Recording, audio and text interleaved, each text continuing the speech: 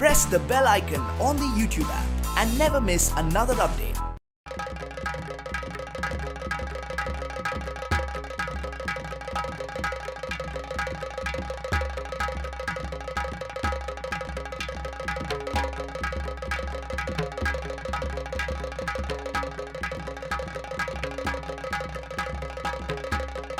यानंतर तुमच्याशी बोलणार आहे किरण खरे. किरणची 221 अशी रँक आहे. राहणार कन्नड, जिल्हा औरंगाबाद. दुसरा प्रयत्न होता त्याचा.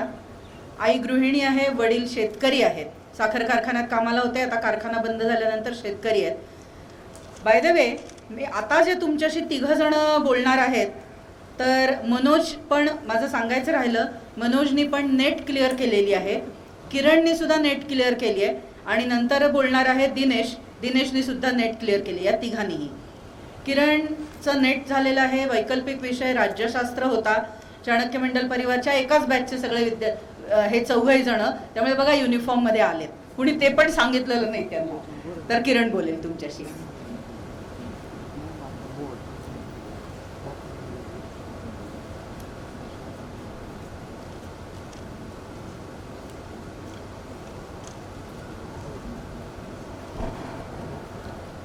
आदरणीय व्यासपीठ, व्यासपीठावरील विराजमान श्री अविनाश धर्माधिकारी सर आणि येथे बसलेले माझे झालेले अधिकारी, तसेच उर्फ COPNs आणि आपले होणारे कार्यकर्ता अधिकारी आणि भावी अधिकारी, यांना सर्वांना मी अभिवादन करून मी माझ्या भाषणाला सुरुवात करतो. गेल्या 3-4 दिवसापासून रिझल्ट लागला आहे आणि तेव्हापासून नेहमीच मला म्हणजे शेकडो मेसेजेस येत आहेत, कॉल येत आहेत. प्रत्येकजण आणि विश करतात मला की खूप आनंद होते त्यांना. त्याला खूप म्हणजे ॲक्च्युली असं, मी जरी इथे असलो, हे जरी सक्सेस माझं मिळालेलं असलं, तरी मला असं वाटतं की हे सक्सेस माझं नाही ॲक्च्युली, की कारण की उलट ज्या लोकांनी मला त्यांच्या खांद्यावर घेऊन मला वरती नेण्याचा प्रयत्न केला आहे, त्या सर्वांना हे श्रेय जातं. सर्वप्रथम मला असं वाटतं की माझे आईवडील, ज्यांनी मला नेहमीच स्वप्न बघायला शिकवलं आणि प्लस त्या स्वप्नांना नेहमीच सपोर्ट केला आहे. माझे वडील, जसं ताईंनी सांगितलं, की साखर कारखान्यामध्ये होते आणि नेहमीसारखं आपले मराठवाड्यातील साखर कारखाने सध्या बंदच पडायला लागलेत आणि माझ्या वडिलांचं मग कामगार होते आणि त्यांचा जॉब गेला. शेवटी मग शेतीकडे वळाले. पण तरीसुद्धा एवढ्या हालाकीमध्ये असूनसुद्धा त्यांनी कधीही मला असं इकॉनॉमिकल सपोर्ट कमी पडेल किंवा मॉरल सपोर्ट कमी पडेल असं कधीच होऊन दिलं नाही. त्यांनी नेहमीच मला शिकण्यासाठी मदत केली आणि मला पुढे जाण्यासाठी नेहमीच सपोर्ट केला. माझ्या भावांनी, माझ्या कुटुंबानी, माझ्या नातेवाईकांनी, प्रत्येकाने मला नेहमीच सपोर्ट केला आहे. आणि आणि एक मोठा हिस्सा असं मला वाटतं की तो COEPचा, ज्याने मला नेहमीच स्वप्न बघायला शिकवलं, ज्याने मला नेहमीच नथिंग इज इम्पॉसिबल, म्हणजे तू काहीही अचीव करू शकतो. बाकीचे जर कोणी अचीव करत असेल तर तुम्हीसुद्धा, म्हणजे ह्युमनली पॉसिबल आहे तर नक्कीच तुम्हीसुद्धा ते अचीव करू शकता, असं मला नेहमीच वाटत आले. आणि ते मला असं वाटतं की ती COEPनं माझ्यात जाणीव करून दिली. ते COEPनं मला शिकवलं, ते ड्रीम बघायला मला नेहमीच सांगितलं. आणि तसंच चाणक्य मंडल परिवार, ज्यांनी सरांबद्दल म्हणजे बोलावं तितकं कमीच आहे. सरांनी, मला आठवतं आहे की सुरुवातीला मी म्हणजे पहिला अटेम्प्ट मला असं वाटायचं की UPSC कलेक्टर व्हायचं आहे, म्हणजे आता एवढी मोठी पोस्ट, म्हणजे भारतातला बेस्ट जॉब आहे आणि तुम्ही तिथं पोचायचं म्हणजे 2 वर्षाचा खेळ नाही, तुम्हाला पंचवार्षिक योजना पाहिजेच. 4-5 अटेम्प्ट तर लागणारच म्हटलं. पण सर जेव्हा प्रिपरेटरी बॅचला मी कोर्स केला, कॉम्प्रिहेन्सिव्ह कोर्स केला, तेव्हा सर नेहमी सांगायचे आम्हाला की पहिला दिवसा अटेम्प्ट तो एकदम मनापासून जिद्दीने आणि क्लिअर व्हायच्या दृष्टीनेच. प्रत्येक अटेम्प्ट हा एकदम मनापासून दिला पाहिजे. मला असं वाटतं की तेच मला नेहमीच जर्नीमध्ये पूर्ण, जो माझा पहिल्या अटेम्प्टमध्ये फाउंडेशन एक बेस चांगला झाला, तो नेहमीच मला त्यांनी सपोर्ट केला आहे. माझी जर स्टोरी सांगायची म्हटलं तर नक्कीच ती स्टोरी मला असं वाटतं की मी ज्या गावातून आलो आहे तिथूनच सुरुवात होणार. कन्नड, औरंगाबाद जिल्ह्यातलं, की असं गाव की जिथे कोणाला माहीतसुद्धा नाही की म्हणजे मी जे लोकांना सांगायचं की मी UPSC करतो आहे, तर लोक म्हणायचे हो MPSC करतोयस का. त्यांना असं UPSCबद्दल आयडियासुद्धा नव्हती. मी आमच्या तालुक्यातला मी पहिलाच IAS IPS, त्यामुळे एक खरंच अभिमान किंवा आनंद होतो आहे मला की मी एवढं अचीव करू शकलो. आणि मला असं वाटेल की मला खरंच आनंद होईल की मी त्या लोकांना काही मदत करू शकलो, तिथलच्या विद्यार्थ्यांना एक गायडन्स देऊ शकलो. तर गावातून एक मी जर माझं पहिलीपासून तर 10वीपर्यंतचं शिक्षण जर बघितलं तर मी नेहमीच एक सिन्सिअर स्टुडंट होतो. म्हणजे कोणत्याही घरात गेलं तर सांगतील की किरण खरेसारखे असं किरणसारखं वागत जा, त्याच्यासारखा अभ्यास करत जा. मी नेहमीच पहिला असायचो. तालुक्यातून मी फर्स्ट होतो 10वीला असतानासुद्धा. त्यामुळे नेहमीच एक सिन्सिअरिटी असायची. 11th-12thला सुद्धा ती कंटिन्यू झाली. नेहमीच म्हणजे असं क्लासमध्ये मी कधी पण बसलेलं राहायचो तर एक फ्रंट सीट माझी म्हणजे अशी रिझर्व केलेली होती कंप्लीट 2 वर्ष, की जिथे मी बसणार तिथेच बसणार, एक स्टॅटिक पोझिशन, की तिथून हालायचं नाही, दुसरी जागा पकडायची नाही. आणि फुल ऑन एकदम अभ्यास केला. पण नेहमी आपलं झालं आणि इंजिनिअरिंगला आलो. मग इंजिनिअरिंग काय सगळ्यांनाच ट्रान्सफॉर्म करून टाकते. इंजिनिअरिंग म्हणजे त्या 4 वर्षाच्या इंजिनिअरिंगमध्ये मला वाटतं मी इंजिनिअरिंग सोडून सगळं काही केलं. म्हणजे सगळं काही. इंजिनिअरिंग मात्र ती केली नाही. नेहमीच क्लासेस बंक, एक्झामच्या नाईटला अभ्यास करणं, तो पण धड करायचो. आणि तिथेसुद्धा आमच्या मेसमध्ये नाश्ता वगैरे कधी राहील त्यासाठी नाईट मारायची मुद्दाहून. 12 वाजता नाश्ता राहायचा, सो तिथे 12 वाजता जायचं, मॅगी खायची, बोर्नव्हिटा प्यायचा. म्हणजे भारी असतं ते ॲक्च्युली. तसे आमची एक्झाम पॅटर्न होता. त्यानंतर तो CUEPचा एक जर्नी होता. तो मला असं वाटतं की खरंच एक माझ्यासाठी एक ट्रान्सफॉर्मेशन होतं ॲक्च्युली. कारण की मी एक 12वीपर्यंत असणारा एक सिन्सिअर, म्हणजे मला असं वाटायचं की तुम्हाला सक्सेस पाहिजे असेल तर तुम्हाला एक सिरियसनेस पाहिजेच आयुष्यात. तुम्ही सिरियस राहिलेच पाहिजे. पण मला असं वाटतं की तुम्ही लाईफ एन्जॉय करू शकतात. बी सिन्सिअर, नॉट सिरियस. तुम्ही एन्जॉय करत करत तुम्ही जगलं पाहिजे आणि सक्सेससुद्धा तुम्हाला नक्कीच मिळू शकतं. मग त्यामुळेच मी असं एक बऱ्याचशा क्लब्समध्ये आमच्याकडे खूप सारे क्लब्स आहेत. जसं की मनोजने पण सांगितलं. त्यानंतर छत्रसिंग सरांचं पॅनल होतं आणि त्याच्यामध्ये बरंचसं कोणकोणते क्लब, त्यानंतर पूर्ण एक आमच्याकडे ॲक्च्युली 50 ते 60 क्लब्स आहे सध्या. आणि आता UPSC क्लबला ते आम्हाला रिकग्नाईज करत नव्हते, की ऑफिशियली रिकग्नाईज करत नव्हते, कारण सगळेच लोक इकडे येतील नाही तर. पण आता आम्ही नक्कीच सांगणार आहे की यावेळेस CUEPचे 17 लोक क्लिअर झालेत आणि त्यांना सांगणार आहे की UPSC एक सेल पाहिजे ऑफिशियली आणि एक नक्कीच CUEPचं नाव वरती नेईल अशा पद्धतीचं एक क्लब पाहिजे. तसंच मी असं बाकीच्या क्लब्समध्ये पण पार्टिसिपेट केलं. स्पंदन, जिथे की मला आम्ही सोशल ॲक्टिव्हिटीजमध्ये पार्टिसिपेट करायचो, गावांमध्ये व्हिजिट द्यायचो, ब्लड डोनेशन कॅम्प घेणार किंवा ब्लाइंड होम असेल तिकडे व्हिजिट करायचं, ओल्ड एज होमला मदत करायची, बऱ्याचशा ॲक्टिव्हिटीज, टीचिंग ॲक्टिव्हिटी आम्ही घ्यायचो. सो एक पूर्ण जे 3-4 वर्ष म्हणू शकतो ते पूर्ण एकदम सोशली एकदम याच्यात गेले. माझं जर UPSC कधी करायचं असं जर म्हटलं तर ते काय असं सुरुवातीपासून लहानपणापासून एक स्वप्न होतं की असं काही नव्हतं. म्हणजे मला ॲक्च्युली UPSCचा फुल फॉर्मसुद्धा माहीत नव्हतं. IAS काय असतं मला माहीत होतं, फक्त कलेक्टर असतं. IASचा फुल फॉर्म मला ॲक्च्युली सेकंड इयरला इंजिनिअरिंगला आल्यानंतर कळालं. कारण माझ्यासोबतची जी मुलं होती ती म्हणजे एक थोडंसं म्हणजे असं वाटतं की एक दुःखाची गोष्ट आहे ॲक्च्युली की मला जाणवलं की मी तालुक्यातून पहिला होतो 12वीपर्यंत पूर्ण. परंतु मला असं कधीच माहीत नव्हतं की आपण जे टेक्स्टबुक आहे 1ली ते 12वीचे ते सोडून एखादं दुसरं पुस्तक वाचायचं असतं. मला कधीच माहीत नव्हतं की स्पर्धा परीक्षा MTS NTS काहीतरी नावाच्या एक्झाम असतात आणि आपण त्या द्यायच्या पण असतात. मला असं वाटायचं की फक्त आपण वर्गातून टॉप मारायचं असतं, 95% 90% पाडायचे असतात आणि तेच आपल्यासाठी आणि अभ्यास करायचा असतो. पण ॲक्च्युली खूप सारे बुक्स वाचणं याची ॲक्च्युली मला माझे जे मित्र होते सोबतचे त्यांच्याकडून मला इन्स्पिरेशन भेटलं.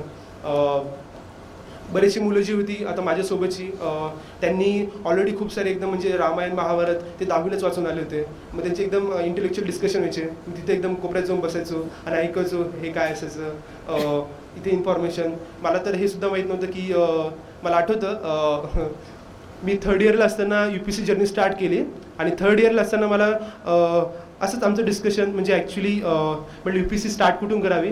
तर ऑफकोर्स मग आमची लिगसीच आहे CUEPची की नाही का सगळेजण चाणक्यलाच येणार. माझे सिनियर कोणता तर चाणक्य, सर्वजण आम्ही चाणक्यलाच आलो. मग तेव्हा त्याच्या आधी मात्र एक ठरवलं की आपण काहीतरी लोक आहोत सोबत एकत्र काही करू शकतो का. मग आम्ही एक थोडंसं UPSC क्लब आम्ही केला तयार. आम्ही काही मित्र आम्ही डिस्कशन करायचो. मग काही जणांचं ऑलरेडी एक चाणक्य टॅलेंट सर्च ती एक्झाम पण पास झालेले होते. त्यातून मग ते आम्हाला असं गाईड करायचं म्हणजे ते सांगायचे आमच्यासोबतचेच. त्यातली अनफॉर्च्युनेटली ती 2 जण होते, तुषार आणि रमेश, दोघंही अनफॉर्च्युनेटली क्लिअर नाही झाली आहेत. त्यांनी आम्हाला नेहमीच गायडन्स करायचे. तिथे मग मला कळालं की मार्क्सवाद काय असतो. तिथे मला नाही का फर्स्ट टाईम कळालं की भारताच्या शेजारी चायना आहे आणि चायनासोबत आपलं युद्ध झालं आहे. मग तिथून अशी आमची UPSC जर्नी आमची तिथून स्टार्ट झाली 3rd इयरपासून. मग 3rd इयरला असताना असंच की 3rd इयरला असताना असंच पूर्ण इलेक्शनमध्ये पण थोडं पार्टिसिपेट करणं. आमच्याकडे इलेक्शन पण एकदम फेमस असतात. एक अनफॉर्च्युनेटली तिथे रिजनलिझम नावाची गोष्ट आहे, त्याच्यामध्ये आम्ही बरेच पडलो होतो. एक अजून उन्नत भारत ॲक्टिव्हिटी होती, उन्नत भारत अभियान.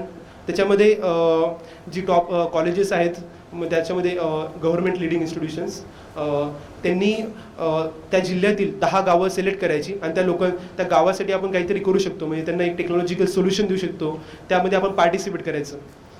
तर मग मी असंच एक आलमे गावं आम्ही 10 गावं निवडली होती COEPची. त्याच्यामध्ये आलमे गाव होतं आणि त्यामध्ये मी एक त्या आलमे गावाचा एक मेन कोऑर्डिनेटर होतो, कॉलेज कोऑर्डिनेटर होतो. आणि तिथे एक मस्त एक खरंच जाणवलं की नाही का प्रशासन काय असते याची मला थोडीशी जाणीव व्हायला लागली तिथे हळूहळू. पण तो एक बेसिक होता.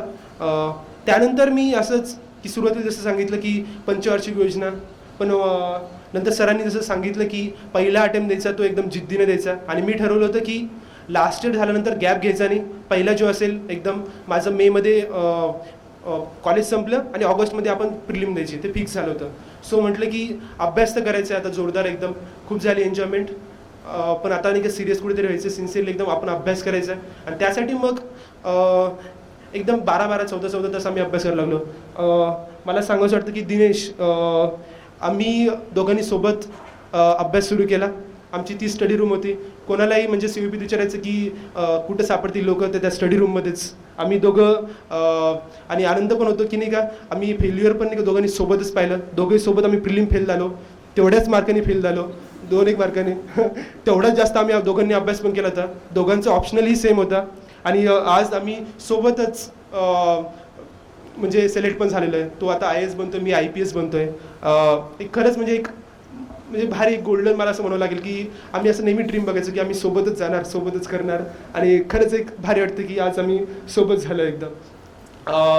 त्यानंतर मग असंच की लास्ट इयरला असताना मी अभ्यास सुरू केला. 3rd इयर लास्ट इयरला असताना मी प्रिपरेटरीचा कोर्स लावला. त्याच्यानंतर कॉम्प्रेसिव्ह कोर्स लावला लास्ट इयरला असताना. 3rd इयरला असताना प्रिपरेटरी कोर्स. आणि बरीचशी लोकं म्हणजे मला खरं आता जसं की मनोजने सांगितलं, धीरजने सांगितलं की चाणक्य खरं एक इन्स्पिरेशनल सोर्स आहे.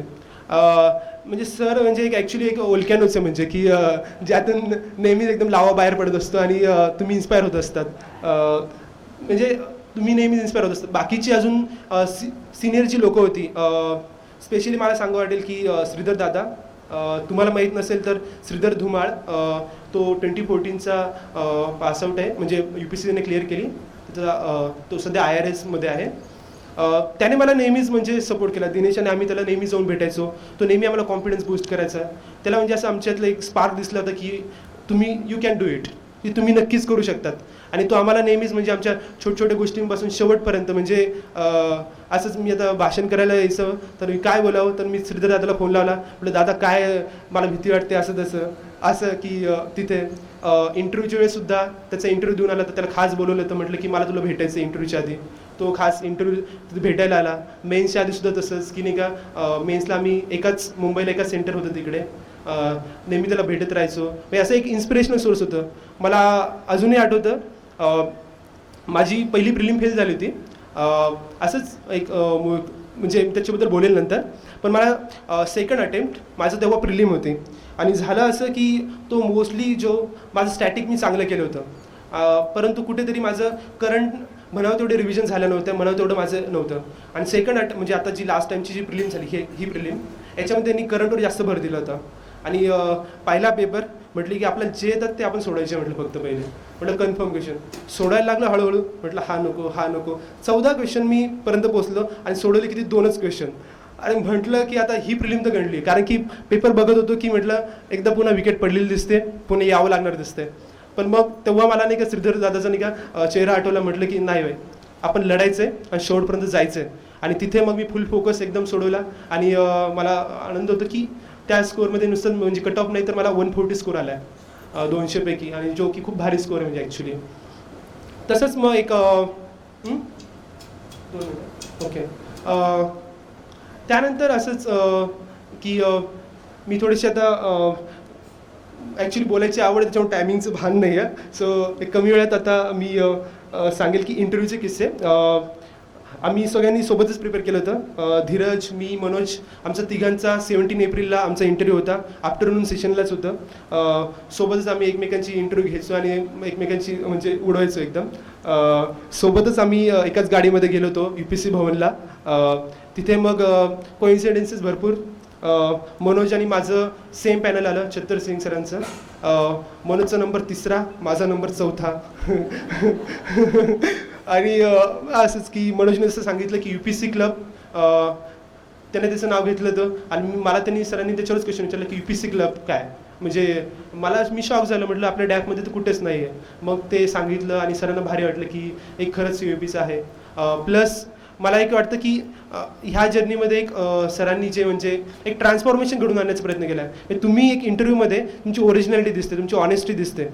तुम्ही जे सरांनी असे क्वेश्चन विचारले की जे म्हणजे मी मॉक दिले होते परंतु मला एकही क्वेश्चन रिपीट झाला नाही. सर्व क्वेश्चन म्हणजे ॲक्च्युली तुमची ओरिजिनॅलिटी दिसून येते की तुम्ही किती ऑनेस्ट आहात. आणि मला आनंद होतो की त्यांनी बरंचसं माझं तुम्ही फ्युचरमध्ये काय करणार याच्यावर बरंचसा भर दिला होता.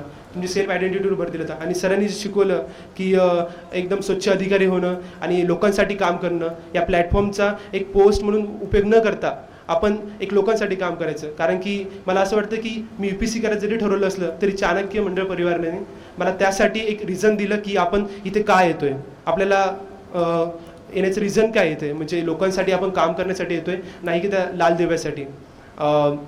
अजून एक मी थोडंसं UPSCसाठी एक टिप्स थोडक्यात एक मी सांगेल की UPSC ही क्लिअर होण्यासाठी तुम्ही फक्त हार्डवर्क करून चालत नाही. फर्स्ट अटेम्प्टला मी 12 तास अभ्यास केला आहे, त्यापेक्षाही कमी अभ्यास मी सेकंड अटेम्प्टला केला आहे. पण सेकंड अटेम्प्टला माझं कितीतरी स्मार्ट वर्क खूप जास्त होतं. स्मार्ट वर्क मोस्ट इम्पॉर्टंट आहे. हार्डवर्क प्लस स्मार्ट वर्क दोन्ही गोष्टी महत्त्वाच्या आहेत. डेडिकेशन, सॅक्रिफायसेस हे UPSCचे म्हणजे सिनॉनिम्स आहेत. तुम्ही ते तर करायचेच आहेत, परंतु स्मार्ट वर्कसुद्धा तेवढंच पाहिजे. शेवटी मी टाईम झाला आहे, एवढंच म्हणेल की आज सरांनी माझं अभिनंदन केलं आहे. आनंद होत आहे, नक्कीच आनंद होत आहे. परंतु यापेक्षाही मला जास्त आनंद होईल जेव्हा मला सर स्वतः पुढच्या 5-6 वर्षानंतर 10 वर्षानंतर मला इथे बोलवतील, माझ्या कामासाठी माझा सत्कार करेल. आणि मी अपेक्षा बाळगतो की सरांनी जी माझ्यावर सरांनी आमच्याकडून जे स्वप्न बघितले, आमच्याकडून जे कार्यकर्ता अधिकारी होण्याचं स्वप्न बघितले ते आम्ही नक्कीच पूर्ण करू आणि लोकांसाठी समाजसेवा करण्यासाठी आम्ही धडपडत राहू. जय हिंद, जय भारत.